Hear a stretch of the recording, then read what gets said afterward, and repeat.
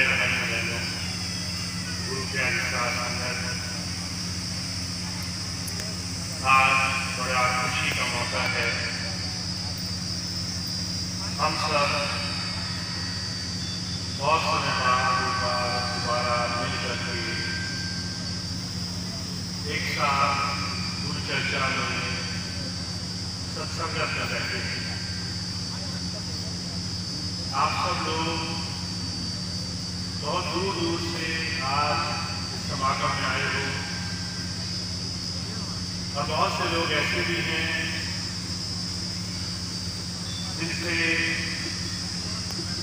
10 साल बाद आज पहली बार मुलाकात करने का, मिलने का ये मौका मुझे मिल रहा है। आप सबको आज का ये सत्संग, ये गुरु चर्चा का उनकी याद का दिवस बहुत बहुत मुबारक हो।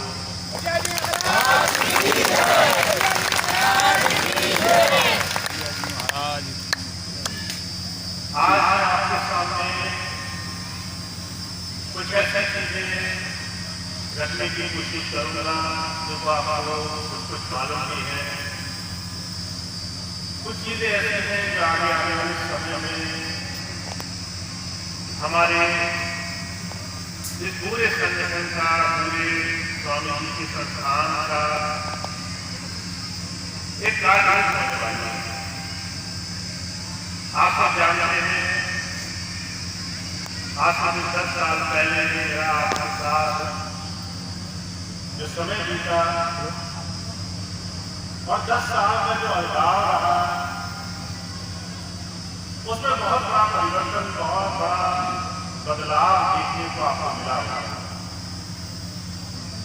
बहुत सी चीजें ऐसी जो स्वामी जी के जाने के बाद धीरे धीरे समय के कारण, परिस्थिति के कारण, कुछ चीजों के अभाव के कारण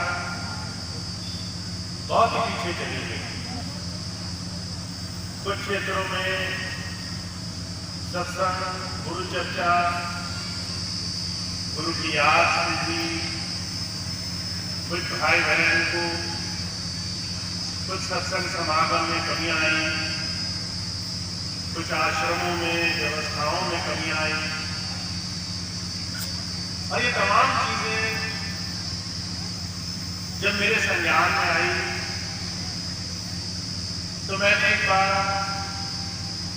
ये निर्णय लिया कि मैं आपके बीच में चल करके एक बार दोबारा से तमाम चीजों को देखूं। और 15 अप्रैल को संत कृपाल नगर में पहली बार 10 साल के बाद आप सबको दर्शन हुए। और उस दौरान बहुत सी ऐसी चीजें सामने आई कि धीरे धीरे ये बहुत जरूरी हो गया कि हम स्वामी जी के इस पूरे मिशन का एक बार जगह जगह जाकर के जायजा लिया। स्वामी जी ने बरेली और पीलीभीत क्षेत्र में बहुत सारे आश्रम बनाए थे। आप सबके संज्ञान में वो सारे आश्रम रहे होंगे। बहुत सारे सेवा के काम शुरू किए थे, जिसमें विद्यालय, अस्पताल, सेवा के बहुत सारे काम हुआ करते थे। तो पिछले 3 महीने, जब से 3-4 महीने से लेकर के लगातार हमने धारणा रखी कि सब जगह जा करके सारे आश्रम, सारे स्थानों का मुआयना किया जाए। कार्य सिर्फ एक था, जब कोई गुरु के बताए उस संत मत के रास्ते पर चलना शुरू करता है तो उसकी सबसे बड़ी धारणा होती है कैसे वो अपने जीवन में गुरु के बताए हुए मार्ग को, उसकी शिक्षा को अपने जीवन में ले आया। और सबसे सहज रास्ता होता है सेवा का। अपनी करनी से, अपनी कथनी से, अपने आचरण से, स्वभाव से कैसे हम गुरु की शिक्षा को जीवन में लाते हैं। एक सत्संगी को और एक सामान्य दुनियादार को आप कैसे पढ़ सकते हो। कोई कहे कि सत्संगी अंतर से प्रभु रस में डूबा हुआ है, ये कैसे दिखेगा। उसके आचरण, उसके स्वभाव से सबसे पहले ये बात नजर में आती है। महाराज जी कहा करते थे, सत्संगी का एक गुरु प्रेम में लगे हुए जीव का जीवन ही उसकी सबसे बड़ी परिभाषा हो जाता है। एक सत्संगी जहां से निकलकर जाए, लोग देख कर कह सकते हैं ये किसी महापुरुष से जुड़ा हुआ है। बुजुर्ग कहा करते थे,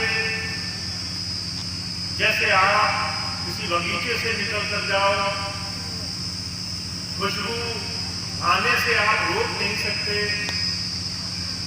ऐसे ही जो गुरु की शिक्षाओं पर, तालीम पर अपने जीवन में एक कदम भी चलने की कोशिश करता है, उसके जीवन में सबसे पहले उसके आचरण में, उसके आचार विचार में, उसके चाल चलन में, उसकी भाषा में सबसे पहले बदलाव आता है। अगर आप सांसारिकता की दृष्टि से देखें, जहां लड़ाई झगड़े के माहौल होंगे, विषय विकार के माहौल होंगे, एक गुरु प्रेमी तमाम चीजों से पीछे हटकर खड़ा रहेगा। बुजुर्ग कहा करते थे, जो आचरण है जीवन में, किसी शिक्षा का सही पालन करके उससे सही ज्ञान हासिल करना, ये वो आचरण है जो हमारे जीवन में गुरु की शिक्षा, उसकी दीक्षा, उसके बताए हुए रास्ते को दर्शाता है। तो पिछले 10 वर्षों में कहीं न कहीं कुछ चंद स्थानों पर कुछ ऐसे संगठन में, संस्थान में कमियां देखने को मिली। अरे तमाम चीजें कई बार बहुत ही कष्ट देने वाली थी, इसलिए मैंने पहले भी आपके सामने जिक्र किया कि मैंने संकल्प किया हुआ है, जब तक ये व्यवस्था सुधार की तरफ नहीं बदलने लगेगी, तब तक बहुत से सारे काम जो पहले हुआ करते थे, मैं उनको पहले की तरह नहीं करूंगा। तो मैंने आपके सामने आना शुरू किया, पर अभी किसी आश्रम में निवास करना शुरू नहीं किया। मैंने आपके सामने जो इस व्यवस्था सुधार, गुरु नाम पर, गुरु की शिक्षा पर चलने की बात कहनी शुरू की, पर मन पर बैठने से मैंने शक्ति रखी। कारण क्या है, जब तक हम खुद में सुधार और परिवर्तन की कोशिश नहीं करते और उम्मीद रखते हैं कि संसार अपने आप बदल जाएगा, तब तक लाख कोशिश करने के बाद भी कहीं बदलाव या परिवर्तन नहीं आने वाला। बुजुर्ग कहा करते थे, जिसने स्वयं के लिए, अपने लिए एक सही रास्ते की परिकाष्ठा नहीं बनाई है, जो अपने आप को गुरु शिक्षा पर चलाने के लिए कोशिश नहीं कर रहा है, वो चाहे लाख कोशिश करे, दुनिया को कितना ही वो ज्ञान दे, कुछ परिवर्तन नहीं होने वाला। परिवर्तन अंदर से आता है। जब हमारे अंदर परिवर्तन होगा, वो देख करके सारे संसार में अपने आप, हर एक, चाहे वो कितना ही बिगड़ा सा इंसान हो, उसे बदलना ही पड़ेगा, उसको फिर से बदलाव को अपने जीवन में लाना पड़ेगा। तो मैंने वो संकल्प लिया हुआ है और आने वाले एक और महीने में, जुलाई के महीने में, कुछ और स्थानों पर जहां जहां स्वामी जी के सत्संग हुआ करते थे, वहां कार्यक्रम होंगे। जो भी हरिद्वार से लेकर के और पंजाब जहां तक भी हो सके वहां तक जाने का प्रोग्राम बनेगा। पर उसके बाद जो मैंने एक बात अपने मन में धारण की थी कि हम कथनी से ज्यादा करनी पर, हम बोलने चालने से ज्यादा अभ्यास और आचरण पर जोर दें, उस बात को आगे चल करके हर एक प्रेमी तक, हर एक सत्संगी भाई बहन तक पहुंचाया जा सके, सेवा के जरिए ज्यादा से ज्यादा उस साधन को हम जीवन में ला सके, उसका प्रयास अभी होना है। तो मैंने एक संकल्प अपने मन में लिया कि एक और महीने, 3 महीने के बाद, मई से लेकर के जुलाई तक ये प्रोग्राम हो जाने के बाद सेवा के कार्यों पर जोर दिया जाएगा। और जो भी भाई बहन इसका लाभ उठाना चाहे वो सेवा से गुरु की बताई हुई, अपने सदगुरु की बताई हुई शिक्षाओं को जीवन में अमल कर ले, एक सहज रास्ते को अपना ले। कुछ दिन भी अगर वो इस सेवा के माध्यम से जुड़े तो उसको अपने जीवन में बदलाव अपने आप नजर आएगा। तो आने वाले समय में सितंबर के भंडारे तक और उसके बाद भी सेवा के कार्यों पर जोर दिया जाएगा। और कार्य से एक है, हम चाहे दुनिया के किसी कोने में रहते हो, कोई भी काम काज करते हो, हमारे लिए ये बहुत जरूरी है कि हम अपने जीवन में गुरु के द्वारा दी हुई तालीम और शिक्षा का जल्द से जल्द अनुभव करें। समय का कोई अंदाजा नहीं है। हम ये मानकर चले कि सारी जिंदगी पड़ी है, उससे किसी के जीवन में बदलाव नहीं आता। और हम ये मानकर चले कि समय बहुत कम है और इस कम समय में ज्यादा से ज्यादा काम कर लेना है, ज्यादा से ज्यादा गुरु की संगत, उसकी याद का लाभ उठा लेना है, तो बहुत कम समय में काम बन सकता है। इसलिए बहुत जरूरी है संत मत का, गुरु मत का रास्ता बहुत ही संजीदगी से, अभ्यास से, गुरु की बताई हुई, चाहे वो एक ही बात क्यों ना हो, उसकी ज्यादा से ज्यादा आचरण से अपने जीवन में अपनाने की कोशिश की जाए। मेरा मानना यही है, अगर सत्संग में एक संत हजारों लाखों बात कहे या वो एक बात कहे, आचरण की हुई वो एक बात ज्यादा लाभकारी है। बिना आचरण किए हुए वो हजारों बातें भी हमारे लिए कम फलीभूत साबित होंगी। तो हमारे लिए जो इतने वर्षों से स्वामी जी के साथ जुड़े हैं, महाराज जी के नामदानी हैं, हुजूर की, स्वामी जी की सेवा में और दूसरे तमाम साधनों से परमार्थ में लगे हैं, उनके लिए ये बहुत सुंदर मौका है। ज्यादा से ज्यादा सत्संगत का लाभ उठाया जाए, ज्यादा से ज्यादा सेवा के जितने भी अवसर मिले उसमें जो भी समय दे सकें उस समय को दे करके लाभ उठाया जाए। ज्यादा से ज्यादा अपने विकास, और अगर कहीं भी कोई कमी आई हो तो उसको दूर करके जीवन में फिर से गुरु नाम से जुड़ करके जीवन में लाभ उठाया जाए। तो आगे आने वाला समय इसके लिए आप सबके लिए एक बहुत ही सुनहरा मौका होगा। आगे आने वाले 1 महीने में बरेली और आसपास सत्संग और लगेंगे। उसके बाद सत्संग की जो भी टीम स्वामी जी ने नियुक्त की थी वो आती रहेंगी सत्संग के लिए।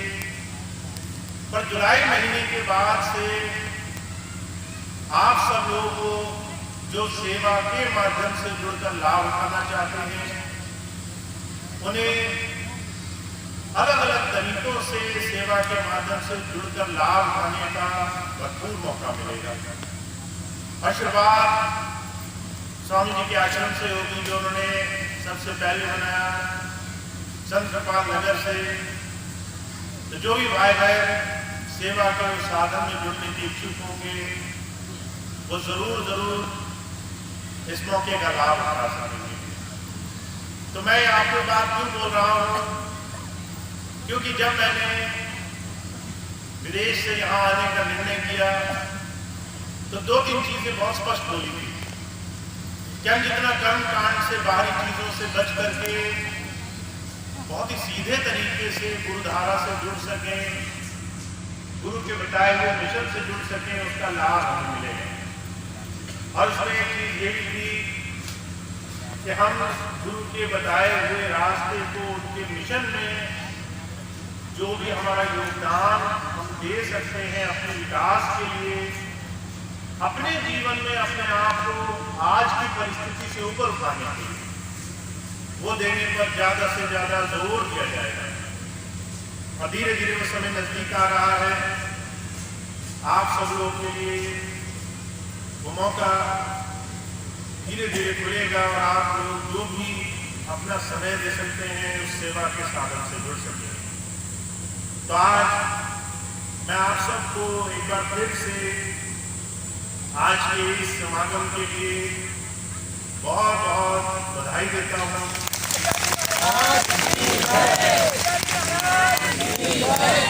आप सबका ऐसी विषम परिस्थिति में, गर्मी में, तकलीफों में आकर के भी इतना समय देना ये बहुत बड़ी बात है। गुरु की याद में आप जो भी समय लगा रहे हैं, गुरु के बताए हुए साधन पर जो भी आप समय अपना जोड़ रहे हैं, वो आपके जीवन में एक मजबूत कड़ी है आपको बढ़ाने की। तो आप सबका आज के सत्संग समागम में, इस आज के प्रोग्राम में और इस बड़ी सुंदर व्यवस्था के लिए बहुत बहुत आभार। अब इसके बाद एक बहुत ही खास सूचना है। जैसा कि मैंने आपको बोला, पहले भी आप सुन चुके होंगे, हम सब लोग सितंबर के महीने में स्वामी जी महाराज के जन्म दिवस के भंडारे को एक बार फिर से सबके साथ मिलकर के बनाएंगे। आप सबने पिछले 10 सालों में बहुत सारे भंडारे बनाए हुए, बुजुर्ग के, स्वामी जी के जन्म दिवस के, पर इस बार मुझे मौका मिलेगा आपके साथ ये दिन मनाने का। तो मुझे बड़ी दिली खुशी होगी अगर आप इस भंडारे में मौजूद रहेंगे, आएंगे मेरे साथ इस सत्संग के सेवा के मौके पे मौजूद रह करके गुरु की याद में थोड़ा सा वक्त गुजारेंगे। तो 16, 17, 18 सितंबर को सत्संग भंडारे का, स्वामी जी के जन्म दिवस के भंडारे का आयोजन होगा। बहुत भव्य भंडारे के रूप में सभी भाई बहनों को वहाँ बहुत उनका हार्दिक स्वागत है। वो बहुत ज्यादा से ज्यादा तादाद में वहाँ पहुंचे। जो भाई बहन सेवादार हैं, सेवा करते हैं, सत्संग की सेवा या दूसरी सेवा, 16 तारीख को, 16 सितंबर को एक सभा होगी जिसके लिए सभी सेवादार भाई बहन वहाँ जरूर पहुंचेंगे। और जो भी भाई बहन भंडारे में पहुंचेंगे, अगले महीने से डेलीगेट की व्यवस्था हुआ करती थी पहले, ताकि जो भी भाई बहन दूर दराज से आए, अस्वस्थ हो, वृद्ध हो या किसी तरीके से तकलीफ हो तो उनको कुछ अलग से व्यवस्था दी जा सके। तो डेलीगेट जो भी भाई बहन बनना चाहिए, जुलाई के महीने से वो भाई बहन बाबूजी के पास या फिर जो भी सत्संग के इंचार्ज है अलग अलग जगह, उनके पास भंडारे के लिए डेलीगेट बन सकेंगे, ताकि जब भी वो भंडारे में आए उनके रहने की, उनकी दूसरी व्यवस्थाओं पर जोर दिया जा सके, उनके लिए बहुत सी सुविधा बनाई जा सके, ताकि वो बिल्कुल निश्चिंत हो करके दूसरे तमाम सत्संग के और सेवा के कामों में जुड़ सके। तो आपके लिए ये सारी व्यवस्थाएं अगले महीने से शुरू हो जाएंगी। आपका बहुत बहुत स्वागत रहेगा। आप उस भंडारे में अब आज का प्रोग्राम इसी बात के साथ समाप्त होगा। पर अभी तो सूचनाएं हैं सत्संग के मार्फत और दूसरी सारी व्यवस्थाओं से जुड़ी हुई 2 मिनट बैठे रहेंगे, प्रार्थना के बाद ही आप लोग यहाँ अपने स्थान से उठेंगे, तब तक सारी बातें